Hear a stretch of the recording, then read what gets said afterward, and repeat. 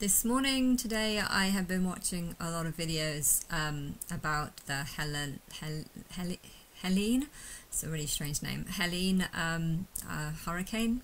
I think they've definitely got the name right because it's got hell in it, and that's hell is pretty much what it's turned a lot of areas into. And I didn't realise how bad it was yesterday. I saw a couple of videos yesterday where people were talking about the roads.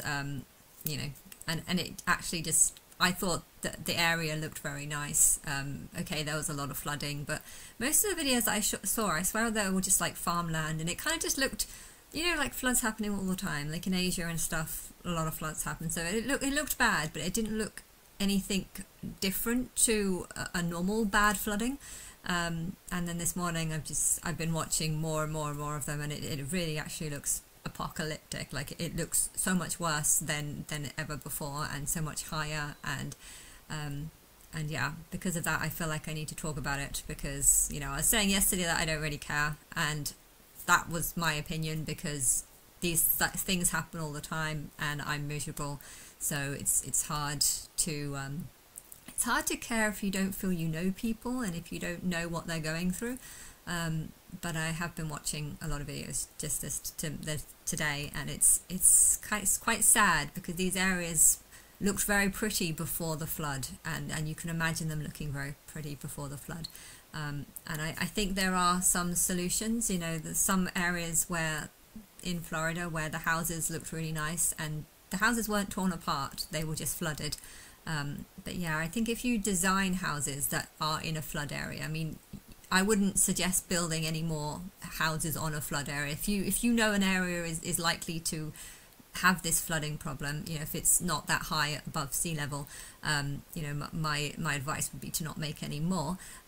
Or if there are some single level ones, you know, maybe make double levels so that you can move the furniture upstairs. You know, I feel like with these devastations, providing your house doesn't get completely structurally damaged, the majority of the loss is actually of the items and the new flooring and the furniture, and but I think there is a way of designing a house so that the walls are waterproof. Maybe if there's an area where it's likely to get flooded, make the ground floor walls waterproof. Put waterproof cement or something on the walls, and waterproof white paint and stuff. It might not look quite as nice, might look a little bit shiny or something, but I think to know that the reassurance that if it does flood, you can just move all your furniture upstairs, and the flood will come in, the flood will go, and then you just have to clean up, and then,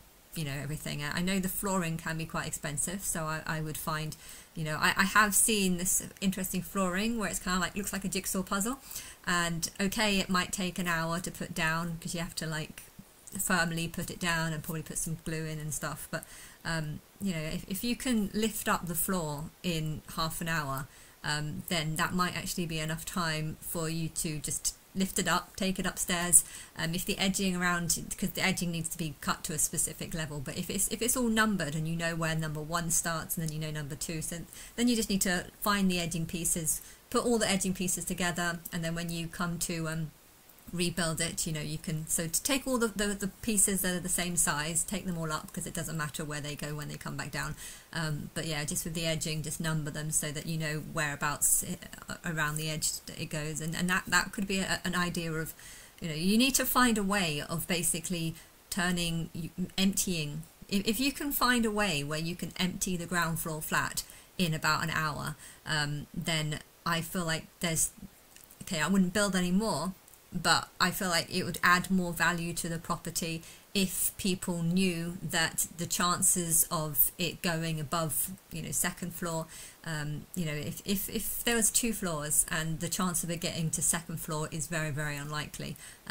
then the house value might still keep at a certain rate, providing the cleanup isn't going to be too bad. And I know the mud is disgusting, but if there is waterproof walls, then it would, yeah, this Florida area that they were showing, you know, you could see that the mark where the water got up to, But technically, if you just clean the line, I don't think you would really notice that it was that bad. I don't know if this is after the clean. Have they already been cleaned? I don't know. But it didn't look that bad. I know some places in England they've shown where it's the house is just clenched out with like that much mud and stuff. So in that area it's going to be a problem. If you live by a hill and just a flood of mud has come into your house, then it's think you might just have to assume that or accept that this is a bad area to have a house, and therefore it's probably not a good idea to invest in it. But if the house if the water that comes in is fairly clean, then if it gets flooded every year, design your house so that it's prepared for this flood. Design your house and your furniture so that you can move everything upstairs. You know, you could even add like some sort of lift that helps, but I know that if the power goes out, then you'll need to. Definitely I'd recommend solar powered panels. The one that I've got though isn't good enough. I know I've got a fish tank, so if my electricity went out, which is annoying because the first time I got that second fish tank, the electricity went out for the first time. The whole less electricity in the sort of street, I think, or I don't know if it was a street or if it was Nietzsche's, but yeah, it went out, and that was annoying because I'd only made the tank right, and I'd put the fish in, and then I was like, no, it had only got like. It got to a temperature that the fish were okay, and I had been, you know, it was at an okay temperature, because I think I actually made the tank the day before actually, but I knew that it was going to get cold in like 2 hours or 3-4 hours, and that kind of worried me because if I have no electricity, how am I going to keep my fish alive? But yeah, I don't know if you'd have that problem in America because it's hotter, so you might not actually need, fish tanks might not actually need a heater unless it's winter time. Yeah, I don't know, but yeah, there are things you can do to make the loss not very, you know, insurance is a really expensive thing, but I feel like there's a lot of things that people can do to prevent, you know, one of the houses, they had 2 cars in it, and I think they managed to get one of the cars out and drive away, but the other car they left behind. But I'm sure they could have like just driven that car, one of the cars out. You know, as soon as they saw the flood rising, you know, get your cars, both of them, get your truck, get everything you can and take it uphill. And I feel like sometimes people feel a security with insurance, and because of this security that they have with the insurance, they can lose things that they didn't need to lose. You know, if you have a shed that's a lot higher up, you know, if you're very smart, you would probably say, you know, I'm going to try and take as much stuff as I can and put it into, you know, the higher storage unit that we have, the highest storage unit that you have. I think they weren't prepared for it to be this bad. And is there better warning systems? I mean, if all the electricity goes out and you can't get access, you know, I don't know, but I feel like there's going to be a lot more paranoia because of this. There's going to be a lot of more people. Even if a flood comes and goes and it isn't that bad, there might be a lot of people taking a lot more risks onto trying to save things. But you know, it's important to have house insurance, but maybe you should have different types of house insurance. You know, one that only covers your house if your house is deemed to be sort of write-off, basically when the foundations are deemed to be unsafe and the government says we don't give you permission to fix the foundations because we think that it's in an area that's so dangerous and the damage is so bad that it would be impossible to fix. You know, if they should have an insurance that just covers like extreme danger. Maybe that would help with the, you know, it's important. It's a good idea for everyone to be insured, because if people are left homeless, well, the government are going to have to try and help them out and sort them out, and therefore if they help the insurers cover people so that if they do lose everything, they won't lose everything. But yeah, and with the houses of 2 levels, you know, I don't know, have they all done that? I'm assuming that most of the people would have done like, the flood is coming, let's take everything up to the 2nd level. You know, that's what I would have done. It's watching it makes me want to go down there and perhaps help out even, but I'm too far away and I have no idea where to live, and I don't know, but I would feel an inkling to want to go, and it looked like such a nice place as well. Those forests looked very, very good to walk around and stuff. But yeah, I think if you have lost everything, it is a horrible thing, but it's good that you had something in the first place. It's good that you got to live there.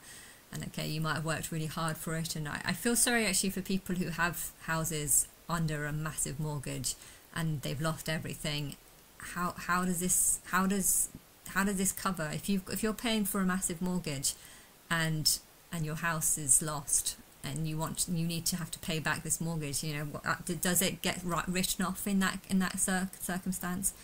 You know, if you have if you owe the bank 200,000 for a house that's now disappeared, you know, technically you're £200,000 in debt and you don't have a place to live. So I feel like that's I don't know what happens in these circumstances, but I know that house values are probably way too much in this area. You know, if it's $600,000 for a really nice house in this area, but you know it's going to be flooded every 2 years. I mean, I suppose it depends on the damage. If the flooding can just fix itself, or if you just like do mild repairs, that's fine. But if the chance of you losing everything can happen, you know, then mortgages shouldn't be allowed to be taken out, because something like this could happen and the person is going to be left with a huge amount of debt that they can't pay off because they've lost everything, including their business probably, and therefore I think houses in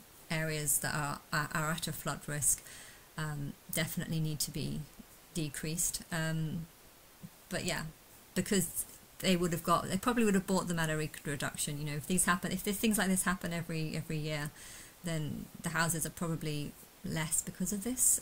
So they might have got a reduction on it in the first place because of this. But the downside of this reduction is that they've, I don't know what to say, but it definitely looks a lot worse. And I don't know why news aren't reporting it. I mean, I'm sure I've watched the news this week, and I don't remember anything on the UK news about this.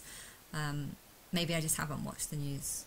I'm sure I have. I'm sure I watch the news every couple of days, and I don't remember anything shockingly bad, and I'm seeing it now. So, but it is interesting though, because Angel of my aqua band is the Angel of the Flood, which I named last year, and the lead singer's birthday is on October the 2nd. So I said that this would be when I'd want to expose this band as being the Angel of the Flood. And it's interesting how this was done 3 or 4 days. This happened 3 or 4 days before their birthday, the lead singer's birthday, and I just feel like that's a really bad omen. You know, if it was on the same day, then it was, because my higher self can control birth dates, and she could have made that you know, singer be born a couple of days earlier. And because I wanted to start the fake sacrifice on September the 23rd, you know, she could have easily made her be born earlier, and she didn't. And it almost feels like she deliberately delayed it because she wanted to show how the flood in the future is going to be a lot worse than this. I mean, this is very, very bad, but it only affects a small part of America, whereas I think that the main flood that my higher self is setting up is going to affect the whole world. So it might not be bad as bad as this specific area, but it's going to be worse because it's going to affect the whole area. But I am, yeah, looking at this really does, it reminds me of apocalyptic times and just total chaos, and yeah, I said I don't care, but that's because I didn't know how bad it was. Now that I'm seeing how bad it was, I feel like I do care, because these houses are really nice. You know, it's not like shacks and just crappy houses have been destroyed. They're really, you know, proper houses that that are very expensive and would have taken a very long time to build. If you've spent 2 years making a house, no, if you spend a year making a house and it gets destroyed, okay, you've lost a year's work. But if you spent 6 years building a house to make it really nice, and then have the whole of your 6 years worth of work just destroyed in a night, you know, I just think that's a lot worse. And yeah, that's pretty much what seems to have happened here. But I don't know what's going to happen in the future, but I think it was talking with those preachers that I came round to my house yesterday. You know, they seemed like genuinely nice people who just wanted to help, and they just have a completely twisted view of because they don't know anything better. They haven't been told about a different Christ. They haven't been told about anything, and it was talking to them that made me feel like I want to hate them because I hate everyone, but I can't hate them because they don't know about me. And it's got me. This is what has got me to think that maybe I should first. When I don't know when you're going to come to me, I don't know what year or whatever.